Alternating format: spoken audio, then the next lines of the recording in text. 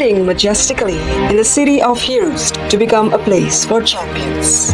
Embracing all societies, creating a cultured campus, preserving the work of the nation's ancestors. Striving for achievement, igniting the fighting spirit of competition.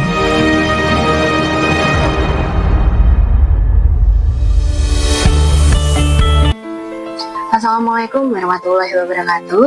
Perkenalkan, saya Handini Novitasari, SBDMT, dosen pada Program Studi Teknik Mesin, Fakultas Teknik, Universitas Negeri Surabaya. Pada bidang pengajaran, saya berkesempatan untuk mengampu mata kuliah perpindahan kalor dan massa, yang merupakan salah satu mata kuliah inti dalam bidang rekayasa termal. Mata kuliah ini merupakan mata kuliah wajib program studi yang sejalan dengan bidang keilmuan saya, yaitu rekayasa konversi energi. Mata kuliah ini ditempuh oleh mahasiswa semester 3 dengan bobot 2 SKS. Materi yang dibahas dalam mata kuliah ini mencakup konsep dasar dan aplikasi perpindahan panas dalam dunia teknik mesin yang meliputi 1. Pengantar konsep-konsep perpindahan panas, hukum dasar perpindahan panas dan aplikasinya, mekanisme perpindahan panas melalui konduksi, konveksi, dan radiasi, konservasi energi yang berkaitan dengan proses perpindahan panas, perhitungan laju konduksi, kemudian konduksi steady state, satu dimensi pada plane wall maupun sistem radial. Dan yang terakhir adalah analisis perpindahan panas pada extended surface.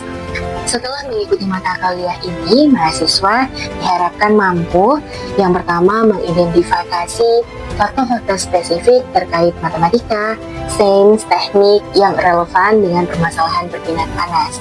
Kemudian yang kedua adalah mendemonstrasikan penggunaan konsep matematika, sains, teknik secara tepat dalam menganalisis perilaku kerja suatu sistem termal. Kemudian yang ketiga, merumuskan permasalahan teknis termasuk mengidentifikasi kebutuhan dan menganalisis berbagai kendala teknis.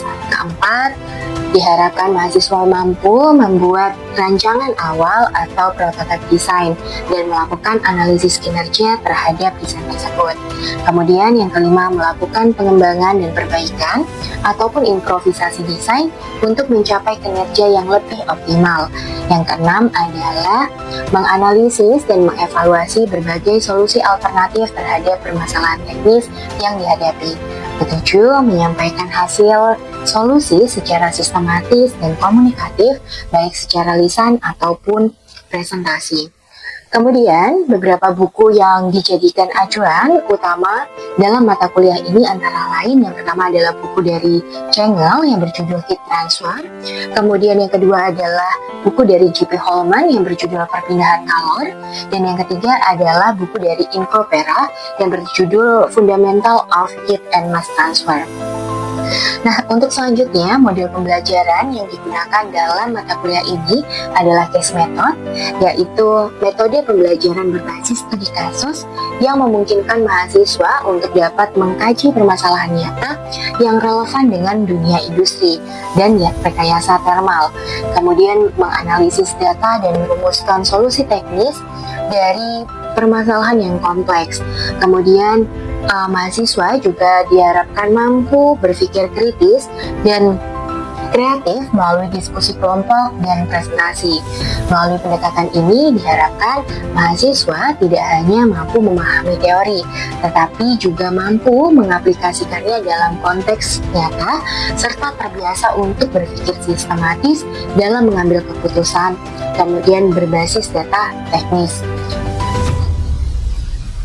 Lalu untuk sistem penilaian kuliah yang digunakan adalah berbasis OBE, di mana untuk OBE ini sendiri menekankan pada pencapaian pembelajaran atau learning outcome.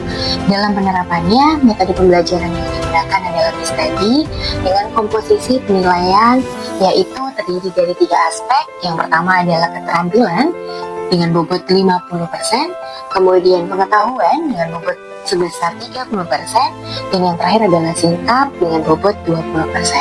Selanjutnya saya akan menampilkan video pembelajaran yang telah saya lakukan. Selamat menyaksikan.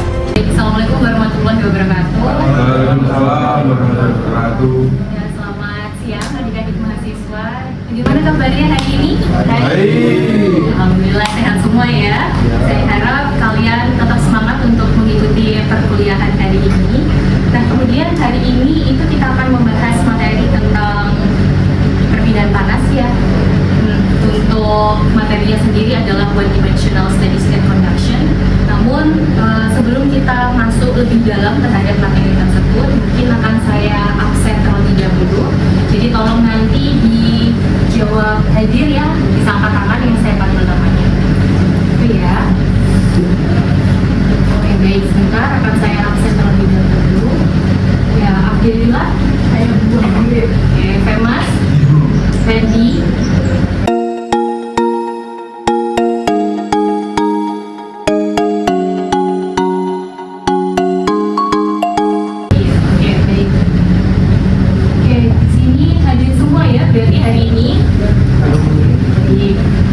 Kemudian ya mungkin kita akan sedikit review terlebih dahulu. Jadi review materi kita sebelumnya.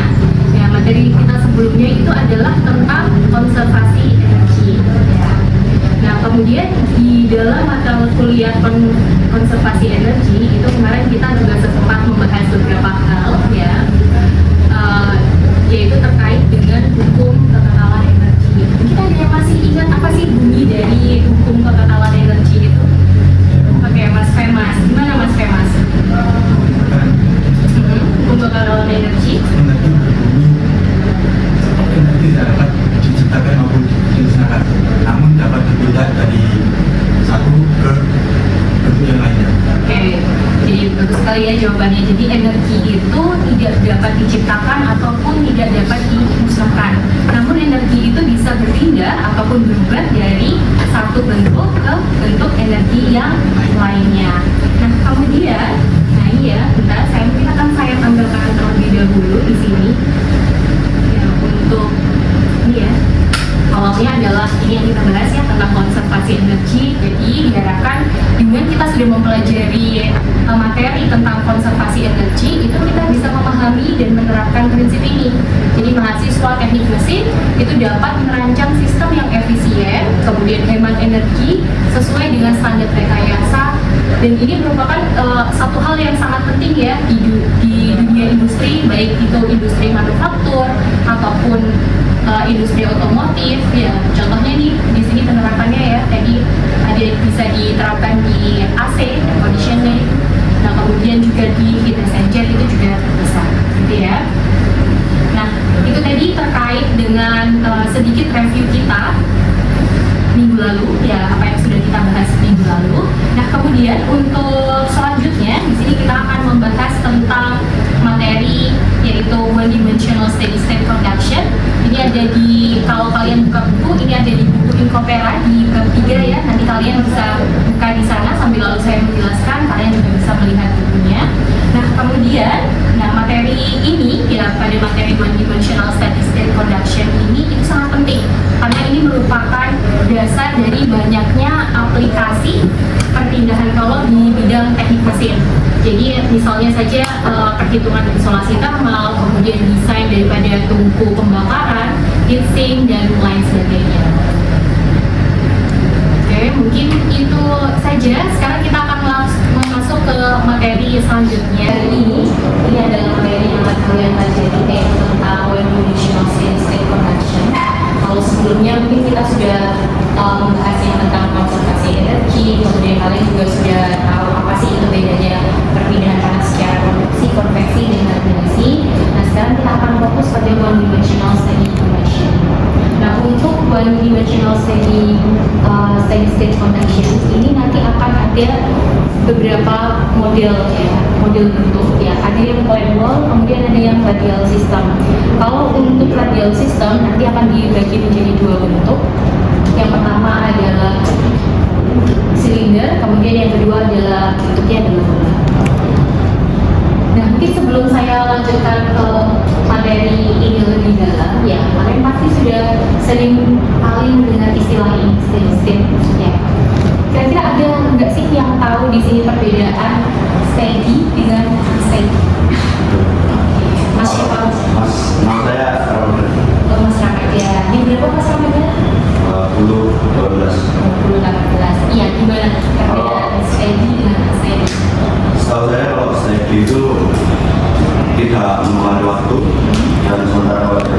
steady itu mempengaruhi. Jadi kalau steady itu waktu itu tidak berpengaruh ya terhadap apa? Terhadap temperatur. Sedangkan kalau untuk unsteady waktu itu menjadi faktor yang mengaruhi temperatur. Ya seperti itu ya. Oke baik, akan saya lanjutkan. Oke baik, kemudian ini adalah table of content. Jadi akan ada beberapa poin yang akan kita pelajari. Yang pertama adalah terkait dengan distribusi temperatur. Kemudian yang kedua adalah resisten thermal conduksi. Yang ketiga ini adalah resisten thermal konveksi. Kemudian yang keempat composite wall. Dan yang terakhir adalah contoh soal. Jadi contoh soal itu untuk menambah pemahaman kalian terhadap materi ini. Kemudian selanjutnya kita langsung masuk ke slide yang berikutnya. Ini terkait dengan distribusi temperatur pada dinding satu lapis. Kemudian kalian perhatikan di sini ada sebuah gambar ya. Ini yang dilakukan dengan dinding satu lapis atau nama lainnya adalah flat wall. Kalau kalian perhatikan di gambar ini ya, pada posisi sebelah kiri dari flat wall, di sini ada tulisannya hot fluid. Artinya di sini mengalir fluid panas di bagian sebelah kiri flat wall. Sehingga di sini ada yang namanya T infinity 1, kemudian ada H1. Artinya di bagian sebelah kiri flat wall itu terjadi perpindahan panas secara apa? Konveksi. Ya.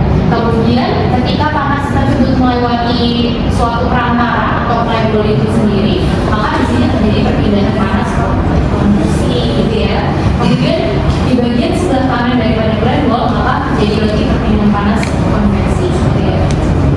Nah selanjutnya ini adalah temperatur distribusi pada flat wall itu dapat ditentukan ya, dengan penyelesaian heat equation terhadap boundary kondisinya. Nah, di mana di sini dirumuskan d per dx dalam kurung k dt per dx sama dengan 0. Nah kemudian ya untuk one dimensional steady state conduction ya, flat wall dengan tanpa heat generation, maka heat flow-nya di sini dikatakan konstan, kemudian dia itu independen terhadap nilai X. Selanjutnya thermal conductivity daripada wall material itu juga bisa diasumsikan konstan, sehingga equation ya daripada general solutionnya bisa kita tuliskan K sama dengan C1X ditambah dengan C2. Nah kemudian selanjutnya ini masih dengan gambar yang sama ya. Di sini tadi rumusnya adalah persamaannya adalah X sama dengan C1X ditambah dengan C2. Nah pada saat keadaannya itu X sama dengan 0, maka posisinya di sini di bagian sebelah kiri ini. Kemudian kita tuliskan persamaannya T sama dengan C1X ditambah dengan C2. Nah nolnya kita masukkan di sini T0. Kemudian sama dengan C1 dikalikan dengan X, X-nya adalah 0 ditambah dengan 2 ya. Maka di situ dituliskan T0 itu sama dengan C2. T0 itu posisinya ada di sebelah kiri sini, berarti ini sama dengan TS ya. Maka dituliskan TS1 sama dengan C2. Nah selanjutnya pada keadaan X sama dengan L, di situ kita masukkan kembali ya, T dalam kurung L kemudian sama dengan C1L, X yang kita ganti dengan L, kemudian ditambahkan C2, sehingga kita mendapatkan persamaan dari C1 nya itu adalah TS2 din TS1 per M. Sudah kita dapatkan nilai C2, kita juga sudah mendapatkan nilai C1, kemudian kita kembalikan ke persamaan awal, kita substitusikan, sehingga di sini untuk persamaan distribusi temperatur bisa kita tuliskan Tx sama dengan TS2 min TS1 dikalikan dengan X per L ditambah dengan TS. Ya, jadi ini adalah persamaan distribusi temperatur untuk molekul. Oke, sampai sini bisa dipahami ya? Kalau bisa dipahami, saya lanjutkan ke slide berikutnya. Nah selanjutnya ya, ini adalah persamaan lainnya. Ini merupakan persamaan heat transfer rate ya. Di sini kita menggunakan point di mana dirumuskan Ix sama dengan KA dt per dx. Nah dt ini adalah diferensial temperatur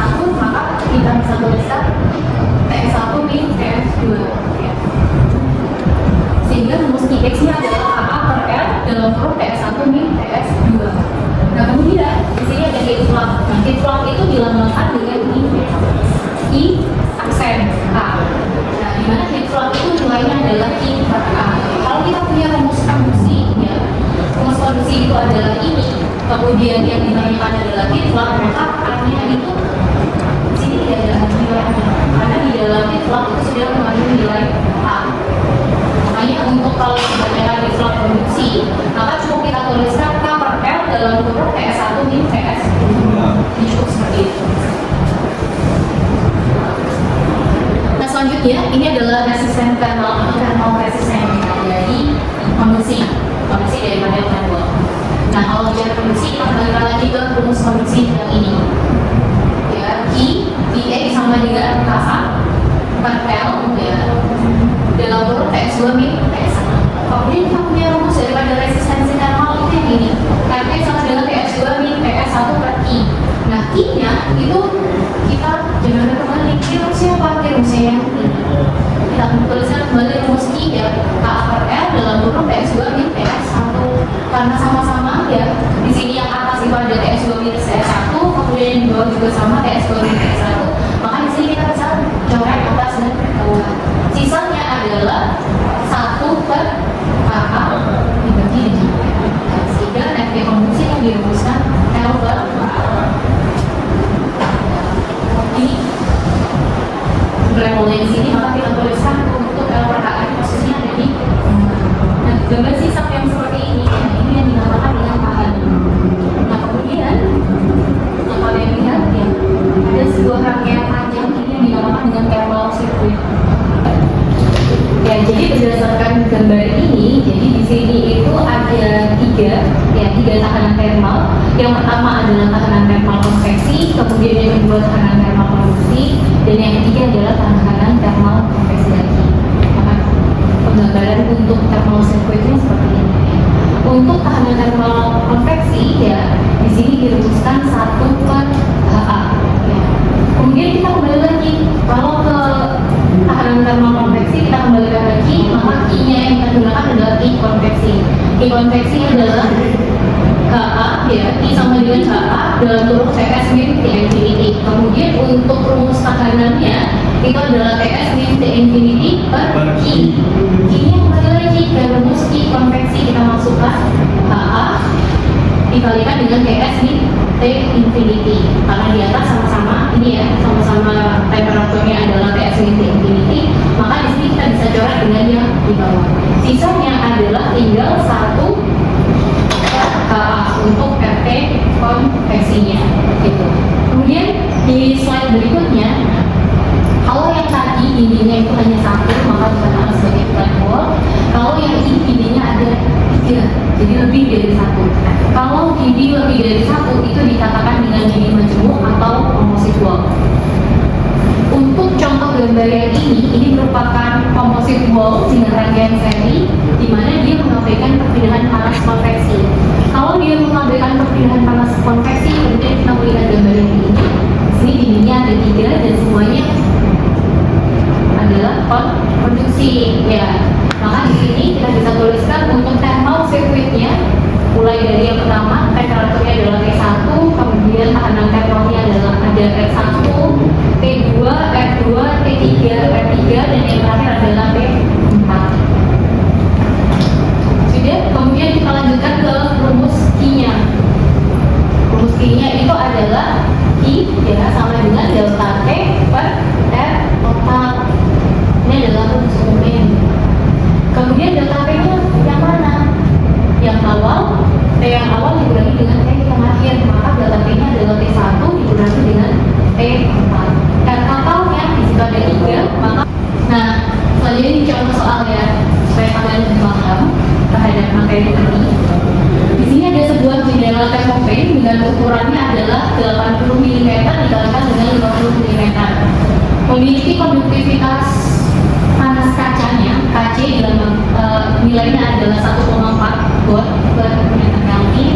Kemudian konduktivitas panas udaranya KA-nya adalah 0,0245 watt per meter Kelvin. Diketahui di sini ketebalan kaca 1 itu adalah 7 mm, kemudian kaca 2-nya adalah 7 mm juga. Koefisien perpindahan panas kaca dari kiri itu nilainya adalah 10 watt per meter Kelvin. Selanjutnya untuk yang di sebelah kanan kaca, nilai H1-nya adalah 80 watt per meter Kelvin. Lalu ada T infinity 1 di bagian sebelah kiri itu 20 derajat Celcius, kemudian yang di sebelah kanan adalah minus 10 derajat Celcius. Yang pertama, kalian disuruh menggambarkan rangkaian tahanan thermal, berarti kalian nanti menggambarkan thermal circuitnya. Nah, kemudian yang kedua di sini kalian disuruh menentukan tekanan thermal total daripada composite wall, berarti yang ditanyakan adalah R totalnya. Dan yang ketiga, kalian disuruh menentukan grid loss dari jendela thermofan di atas. Kemudian bagaimana cara menyelesaikannya? Yang pertama, kita harus melakukan penggambaran daripada sistem itu sendiri. Ya. Kalau kita gambarkan itu seperti ini, ada kaca, tadi kacanya ada dua, kemudian di antara kaca itu terdapat ruang hampa yang berisi udara. Jadi kita menuliskannya seperti ini.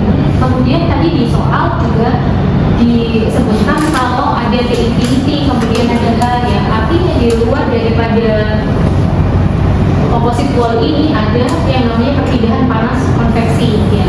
Yang di sebelah kiri ada udara inside, kemudian yang di sebelah kanan ada udara outside. Jadi ini sudah diketahui untuk ketebalan daripada masing-masing ini kaca dan udaranya.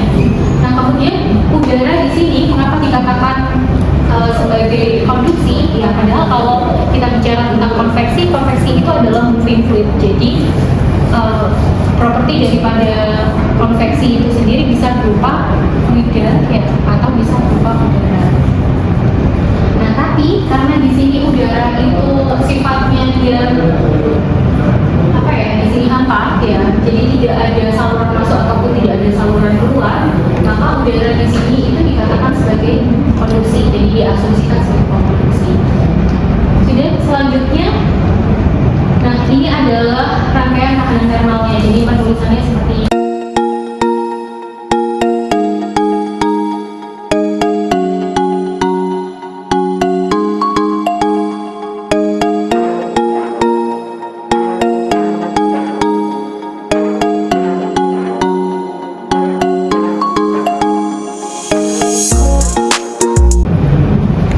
Sudah terjawab, sekarang terakhir kita menjawab yang C. Jadi kembali lagi untuk menghitung heat loss, maka rumusnya adalah delta T per R total. R totalnya kita sudah dapatkan dari B, ya, dari menjawab soal yang B. Sisanya adalah kita tinggal memasukkan T infinity 1 dan T infinity 0, ya. Jadi kita masukkan 20 dikurangi dalam kurung minus 10. Tadi bilang di offsetnya itu nilainya adalah minus 10 untuk temperatur dibagi 102,1, sehingga hasilnya adalah I-nya adalah 0,2.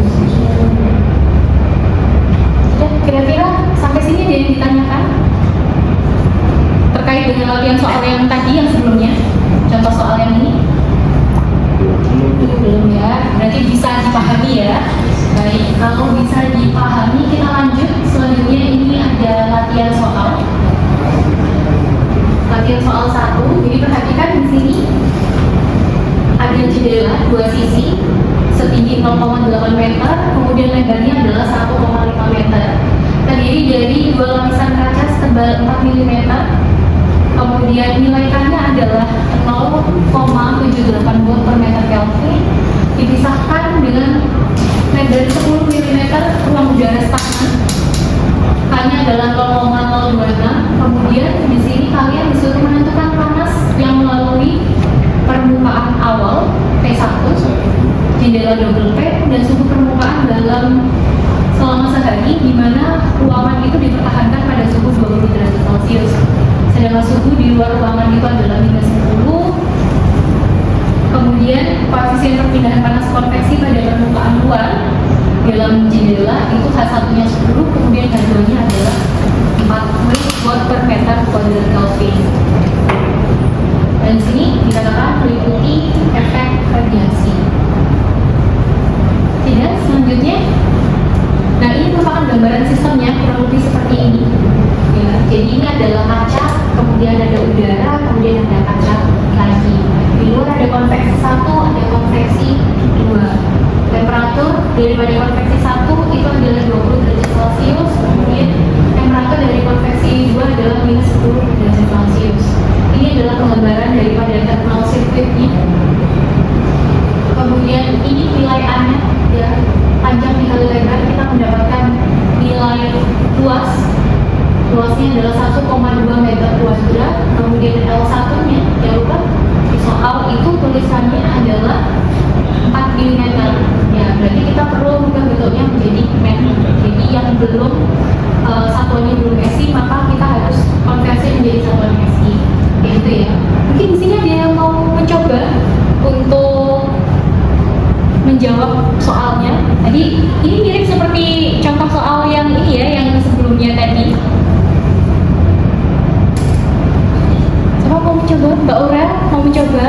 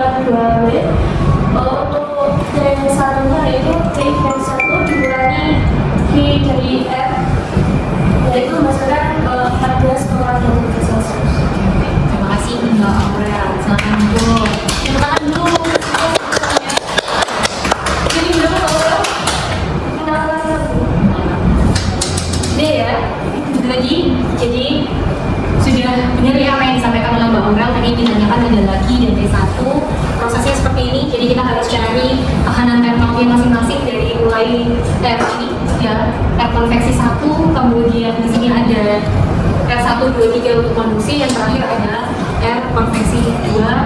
Selain kita cari air totalnya, kita dapat air totalnya, kemudian kita masukkan untuk mencari nilai Q. Setelah kita dapatkan nilai Q, baru kita bisa mencari T1 ya. Jadi untuk Q-nya kita dapat nilainya adalah 9,2 watt. Kemudian untuk T1-nya kita dapatkan nilainya adalah 14,2 derajat Celcius. Udah ya, sudah benar. Mungkin ini nanti bisa dicatat, disalin ya, supaya kalian lebih paham. Dan kemudian selanjutnya, ini ada tugas ya, nanti tolong untuk dikerjakan ya. Minggu depan dikumpulkan, kemudian akan kita bahas juga untuk hasilnya nanti seperti apa gitu ya, supaya kalian nanti lebih paham. Mungkin untuk materi kita hari ini cukup sampai di sini dulu. Sebelum saya tutup, mungkin ada lagi yang mau ditanyakan? Ada yang ditanyakan? Mas Ramadan? Mas Gero, ada yang ditanyakan? Tidak ada. Sudah cukup jelas ya Mas Gero ya? Baik, kalau memang sudah cukup jelas, mungkin cukup sekian ya materi kita hari ini. Terima kasih untuk yang sudah hadir. Saya akhiri. Wassalamualaikum warahmatullahi wabarakatuh.